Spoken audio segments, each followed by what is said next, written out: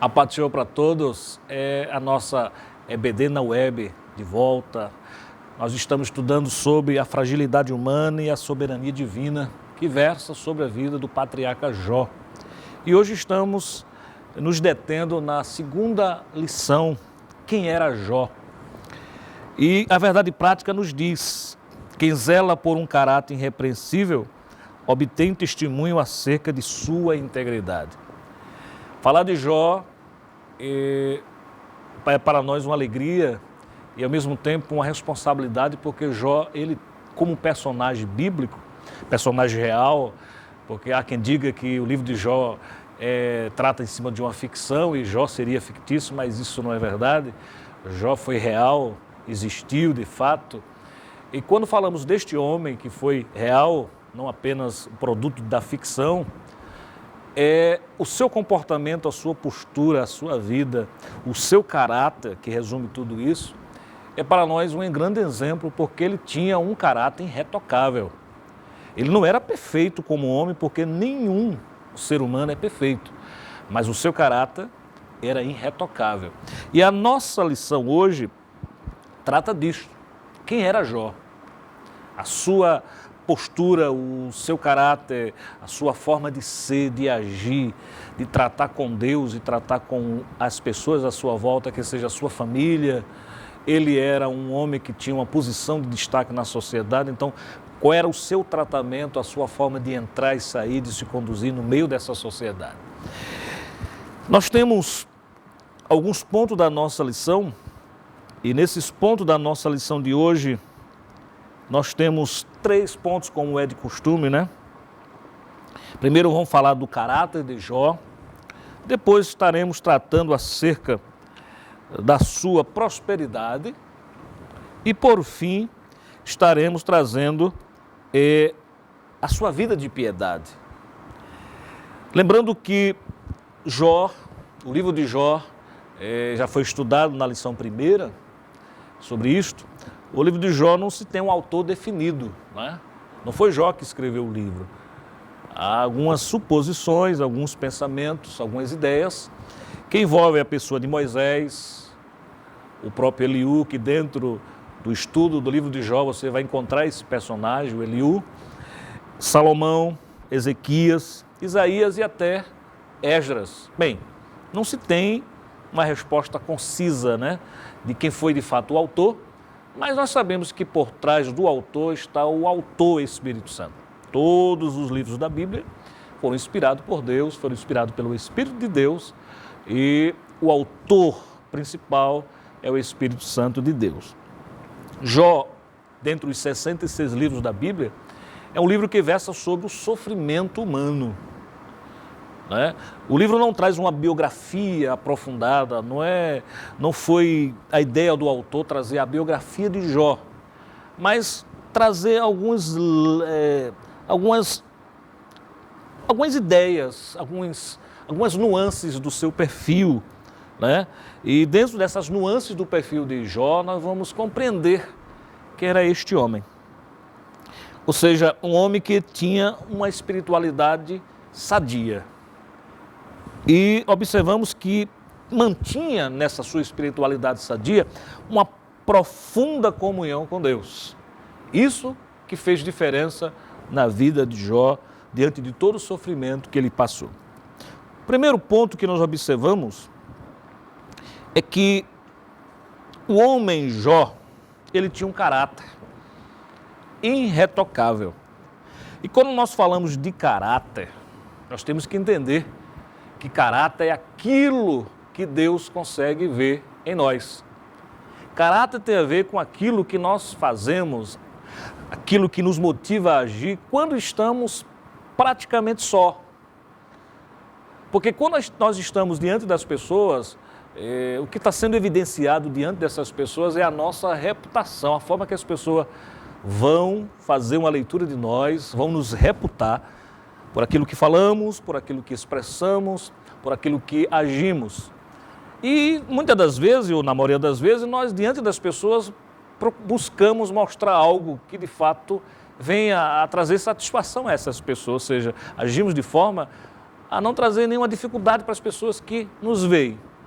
Porém, dentro de nós está a nossa estrutura, a nossa alma, o nosso espírito, e dentro de nós está a essência do nosso caráter, aquilo que motiva as nossas ações externas. Então, caráter é o que Deus vê. E reputação é o que as pessoas conseguem enxergar da gente. Então, nós vamos observar que este caráter de Jó, ele é evidenciado através de duas declarações. Primeira do autor, no capítulo 1, e o versículo 1 diz: havia um homem na terra de Uz, cujo nome era Jó. E este homem era sincero, reto e temente a Deus, e desviava-se do mal. Esse é um testemunho dado acerca do caráter de Jó pelo autor. Mas lá no capítulo 1, e já no versículo 8, vamos ver Deus falando essas 4 qualidades sobre Jó. O autor escreve logo no início, primeiro capítulo, primeiro versículo, mas já no versículo 8 é Deus, no diálogo que é traçado entre ele e o diabo. Isso você vai ver na lição posterior, na lição 3, você vai ver sobre isso. Deus diz acerca de Jó o que ele vê em Jó para o diabo. Então Deus faz a leitura do caráter de Jó e, de uma certa forma, deixa isso explícito ao diabo acerca do servo dele. Viste o meu servo Jó?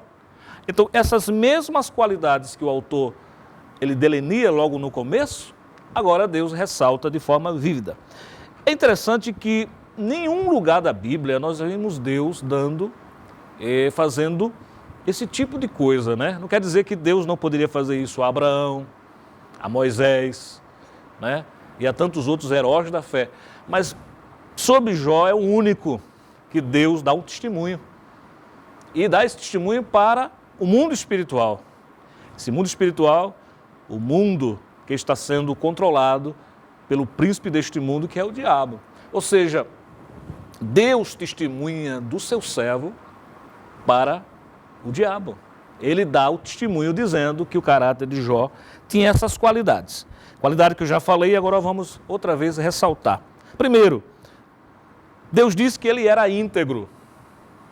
E essa palavra integridade é sinônima de sinceridade. A pessoa íntegra é a pessoa sincera. Aqui está a verdadeira definição de quem é a pessoa. Lembra que eu falei que a reputação é o que as pessoas vêem na gente e caráter é o que Deus consegue enxergar na gente? Então Deus, quando disse que Jó era íntegro, era sincero, Deus estava vendo Jó por dentro.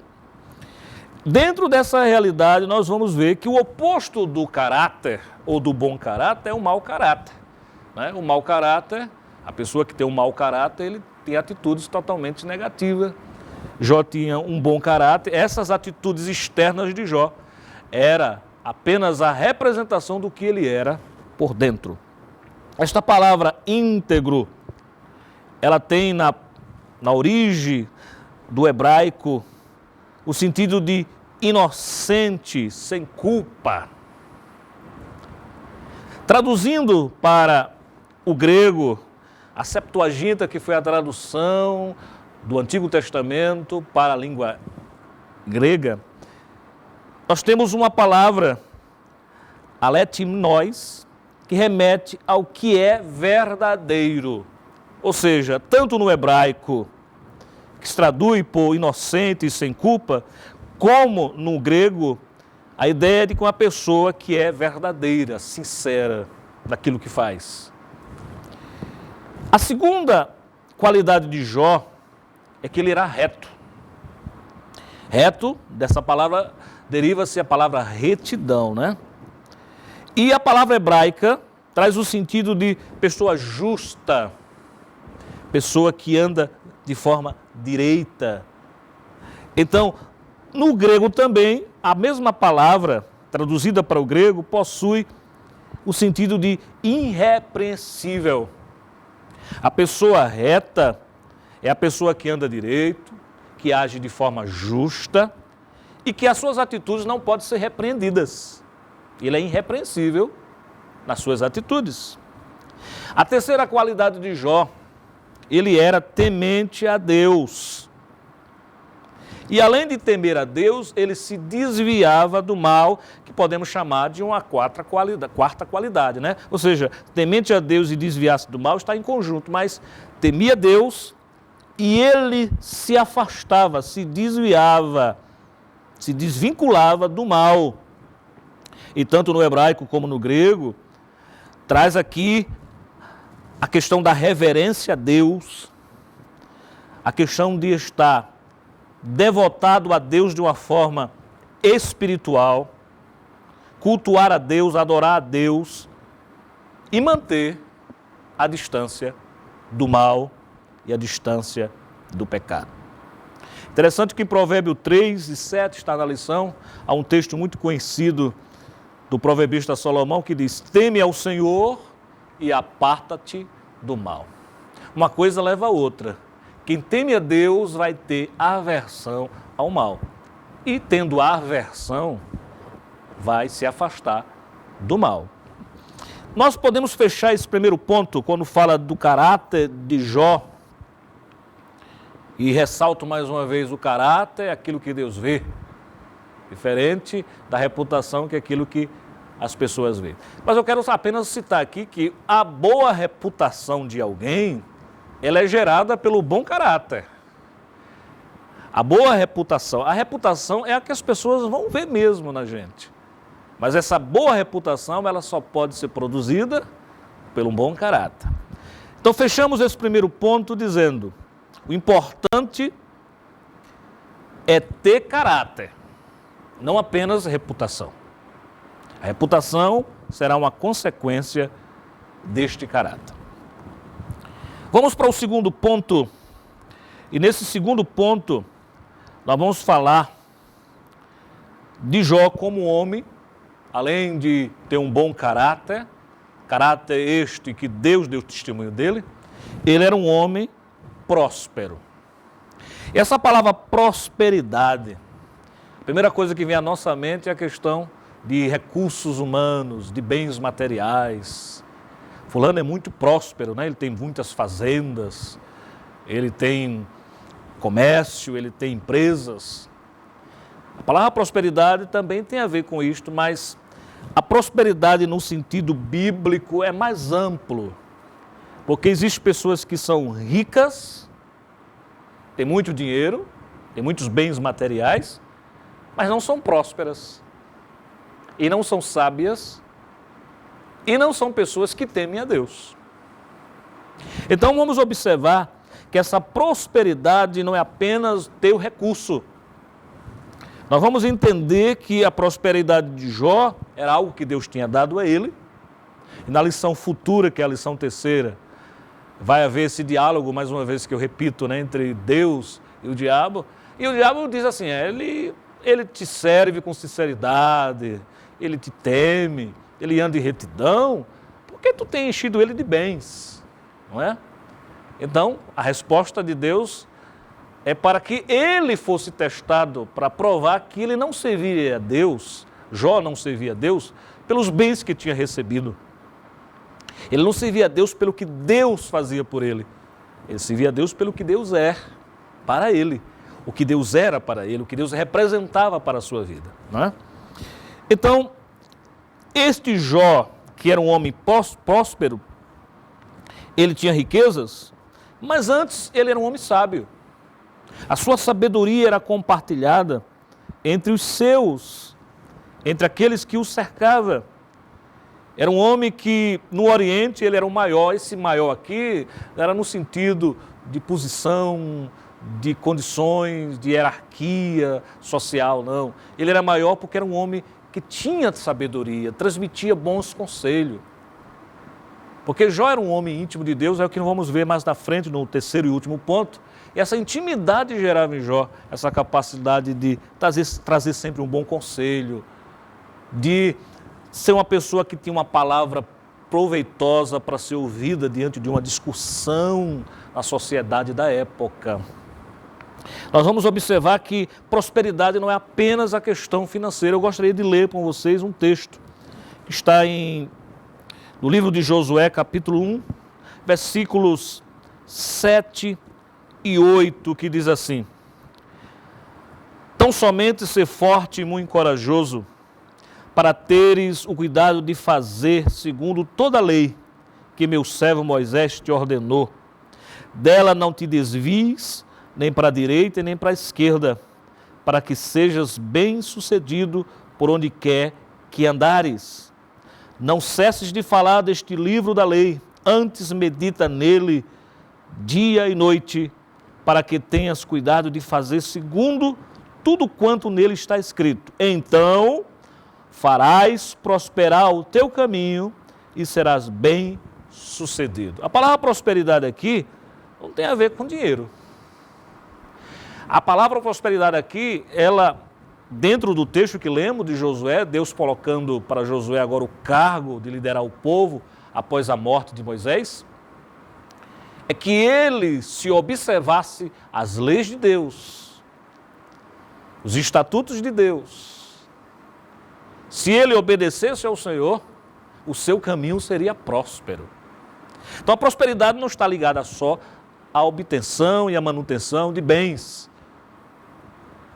Faz parte disto também, porém, a prosperidade é muito mais ampla. Observamos que este homem próspero, ele era rico, mas não colocava o seu coração na riqueza. A Bíblia cita o jovem rico, né? Conhecemos como o jovem rico, não é citado o nome dele, que ele procurou Jesus. Ele era religioso, quando Jesus argumenta com ele acerca dos mandamentos, ele diz que cumpre todos esses mandamentos que estão na lei. E entendia-se que era a pessoa ideal para estar seguindo Jesus, porque já vivia uma vida de prática das observâncias da lei de Deus.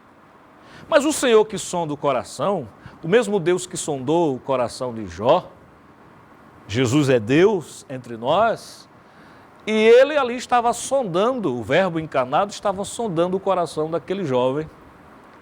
Aí Jesus diz para ele, faz uma proposta, diz: vende tudo que tens, dá aos pobres, né? Toda a tua riqueza, desfaz dela, distribui com os pobres. Ou seja, faça a distribuição de toda essa riqueza com os pobres. E depois disso que você tiver sem nada, siga-me. É a única vez que Jesus manda alguém vender tudo que tem e distribuir com os pobres. Porque Jesus não estava mandando simplesmente ele vender o que tinha, desfazer dos seus bens, do seu dinheiro, da sua riqueza. Jesus estava tocando no ponto nevrálgico dele, que era o amor que ele tinha ao dinheiro. Porque ele era rico e colocava o seu coração em suas riquezas. É o oposto de Jó. Jó era rico, mas antes de ser rico ele era próspero em Deus. Ele não colocava o seu coração em suas riquezas. Outra coisa que observamos em Jó, que além de ser um conselheiro, um homem que tinha uma palavra para aconselhar nas disputas daquela sociedade, nas disputas comerciais, um próprio proceder daquela sociedade que Jó vivia, ele também era um homem próspero, que antes de ser rico ele era próspero, e também ele era um homem que tinha no seu coração a ideia do ser, em detrimento da ideia do ter. Nós vivemos numa sociedade que você é valorizado pelo que você tem. Essa é uma inversão de valores. E essa inversão de valores já vem há muito tempo. No dia de Jó já existia essa ideia, porque o coração do homem já está corrompido desde o capítulo 3 de Gênesis, quando o pecado entrou no mundo. Ali entrou a corrupção no coração da humanidade. As pessoas valem pelo que têm, quando deveriam valer pelo que são. Jó é valorizado aqui por Deus pelo que ele é, não pelo que ele tem. Essa é uma coisa interessante que nós aprendemos nesse segundo ponto. E eu fecharia esse ponto de que o próspero, vê Deus acima dos bens materiais, das riquezas. A pessoa que é apenas rico e não é próspero, ele vê nas riquezas o próprio Deus. Então tem aquela questão de Mamon e Deus, o Deus da riqueza que Jesus cita, né?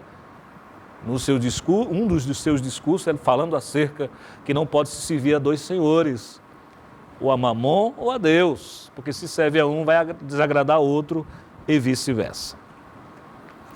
Partindo agora para o terceiro ponto da nossa lição, já para encerrarmos, que fala de Jó, que além de ser um homem de um caráter irretocável, de ser um homem que dentro da sua vida de serviço ao Senhor e à sociedade da sua época, era um homem sábio e próspero, e é também um homem de profunda piedade pessoal.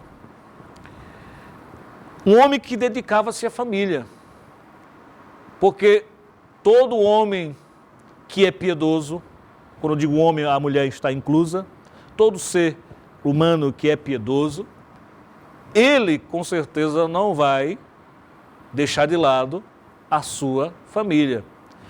Quando alguém é muito, se diz ser muito crente, né? Podemos até colocar umas aspasinhas aqui, e muito santo, que vive uma vida regrada de santidade, e ele não cuida da sua família, essa sua santidade está torta. Não é? Até quando fala-se de liderança na Bíblia, se diz que aquele que não pode cuidar da sua casa, ou aquele que não cuida dos seus, da sua casa, não vai poder cuidar das coisas de Deus. Não é? Então, há um princípio aí que Deus estabeleceu que não pode ser mudado. Então, se alguém se diz piedoso, se diz crente, se diz santo, se diz que é uma pessoa muito diferente, ou seja, assume até um pedestal de santidade elevada, mas essa pessoa não cuida da sua família, alguma coisa está errada aí. Desse discurso, né, que é apenas visto, é apenas palavras, mas lá no coração a coisa está bem diferente do discurso. O que a voz diz é diferente do que o coração de fato esposa e o que está lá dentro. Então esse terceiro ponto mostra que Jó era um homem piedoso, e era um homem piedoso que se preocupava com seus filhos. O primeiro capítulo de Jó diz: iam seus filhos e faziam banquete em casa em um dia, né? E enviava e convidava a outros irmãos e irmãs para participarem também em outras casas, como está no capítulo 1, versículo 4.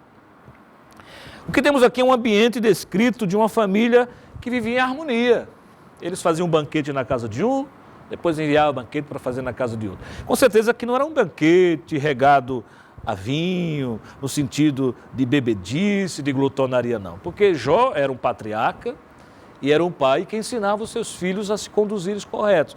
Eram como se fossem festas de confraternização entre os seus filhos, não é?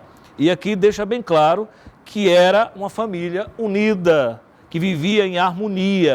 Então Jó era um homem piedoso que ensinava os bons princípios à sua família.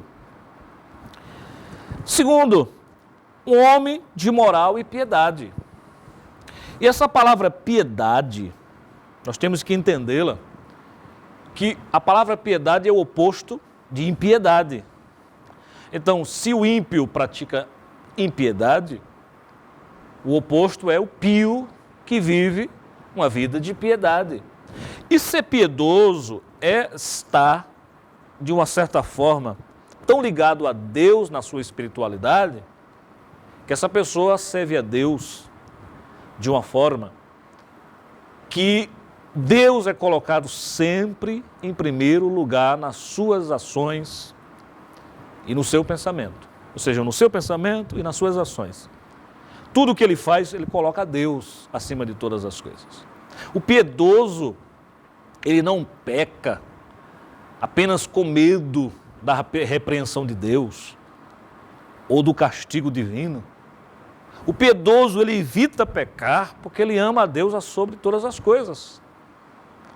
Então, Jó, ele tinha esse sentimento em relação a Deus. Ele fazia sacrifício pelos seus filhos, mesmo que ele não tivesse cometido algum pecado.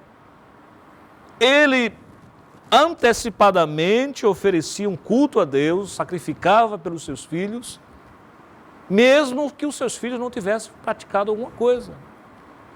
É como se fosse antecipadamente ele estivesse diante de Deus dizendo, olha, se meu filho vier fazer alguma coisa, mas eu estou já oferecendo esse sacrifício por ele. Então, essa piedade de Jó, essa sua atitude de devoção a Deus, essa sua aproximação a Deus, é que mostra que ele vivia uma espiritualidade sadia. Ou seja, ou alguém pode... Há duas formas de se viver uma espiritualidade. Uma espiritualidade sadia, que é essa que eu estou falando aqui, diante de Deus, e uma espiritualidade doentia, que é a falsa, né? Que é a falsa espiritualidade. Aquilo que Jesus deixou bem claro no seu ministério, quando refutava a atitude dos fariseus, que viviam uma falsa religiosidade. Era uma religião de aparência externa. E Jesus combateu muito os fariseus. Nós vamos ver os ais que Jesus lança sobre os fariseus no capítulo 23 de Mateus, porque eles mostravam uma coisa externamente que de fato não viviam internamente. Jó, não. Jó, ele vivia essa vida de intimidade com Deus, era vivenciada com Deus, mas era externada diante da sua família e diante da sociedade. Jó era um homem de vida consagrada. Esse texto aqui que está em Jó, capítulo 1, versículo 5, né? Diz que sucedia, pois, que tendo decorrido o turno de dias de seus banquetes, enviava Jó e os santificava, e se levantava de madrugada e oferecia holocausto segundo o número de todos eles, ou seja, dos filhos, né? Porque dizia Jó, porventura pecaram meus filhos e blasfemaram de Deus no seu coração, assim o fazia Jó continuamente, ou seja, constantemente Jó sacrificava e oferecia sacrifício ou um culto a Deus em pró dos seus filhos. Ele era um sacerdote do lar. Ele vivia essa vida de separação do pecado, né? Essa vida de consagração inteiramente a Deus. E fechamos esse terceiro ponto, que é sobre essa piedade de Jó, não apenas uma religiosidade de fachada estética, mas de fato uma religião ativa. Ele vivia de fato algo que era verdadeiro entre ele e Deus. O importante não é ser religioso e ter uma religiosidade apenas estética, mas ter uma vida profunda de intimidade com Deus. Então, diante da família, diante dos homens em que ele negociava, diante dos membros da sociedade da sua época, politicamente organizada, Jó era um exemplo. Vamos concluir, trazendo um texto que está em Provérbios, capítulo 14, versículo 15, quando nós resumimos que Jó não era apenas alguém que tinha uma reputação ou que montava diante das ações e das palavras uma ideia de alguém santa, de alguém que vivia bem com Deus, mas de fato o seu caráter dizia que ele era isto mesmo, que não apenas representava, mas de fato era. Então, há um texto em Provérbios 14, 15 que diz: o simples dá crédito a cada palavra, mas o prudente atenta para os passos. Veja, uma pessoa simples, ela acredita em tudo que os outros dizem. Mas uma pessoa prudente, sábia, ela vai atentar para os passos dessas pessoas. Não é simplesmente olhar para os pés da pessoa que está andando na rua, não. Quando diz atentar para os passos, é para o proceder desta pessoa. Todos nós que vivemos em sociedade, nós vamos ser vistos por essas pessoas. Há aqueles que olham para nós e apenas vê a nossa estética. Nós vivemos num mundo de estética, de redes sociais, né? Que se posta muita imagem. E as pessoas fazem uma ideia da gente de acordo com aquilo que é postado, né? Com as fotografias que estão lá, com as fotos que elas podem ver. Mas aquilo é apenas a reputação que elas vão ter da gente. Conviver dia a dia é que vai mostrar o nosso caráter para essas pessoas. Então, uma pessoa simples, olhando para Jó, ele faria uma leitura de Jó. Mas uma pessoa prudente, olhando para Jó, ia acompanhar os seus passos. E é isso que vale a pena. Podemos resumir aqui acerca de Jó, trazendo uma lição e uma aplicação para a nossa vida, que o nosso caráter diante de Deus tem que ser esse caráter que possa ser aquilatado e pesado e Deus possa dar testemunho de cada um de nós, diante do mundo espiritual. Que o nosso caráter seja visto por Deus de uma forma que Ele possa dar testemunho. Não apenas o que as pessoas simples olhem para nós e, através do que a gente diz, da nossa fala, da nossa forma de se mostrar e revelar ao mundo, as pessoas possam entender na gente aquilo que talvez não seja de fato o que está no coração. Porque existem pessoas simples que vão observar nossas vidas, fazer uma leitura rápida, muito apagada do que somos. Mas haverá os prudentes que vão atentar para os nossos passos. E quando atentam para os nossos passos, o nosso caminhar, o nosso dia a dia, é que vão de fato descobrir quem somos. Então concluímos aqui, e é um assunto muito rico. Nós teremos 3 meses até o final do ano para estudarmos acerca da vida do patriarca Jó. Que Deus abençoe a cada um de vocês, que possamos aprender com esse personagem bíblico, este homem que tinha não apenas uma reputação diante da sociedade, mas tinha um caráter pesado, aquilatado diante de Deus. Que Deus abençoe a todos, em nome de Jesus.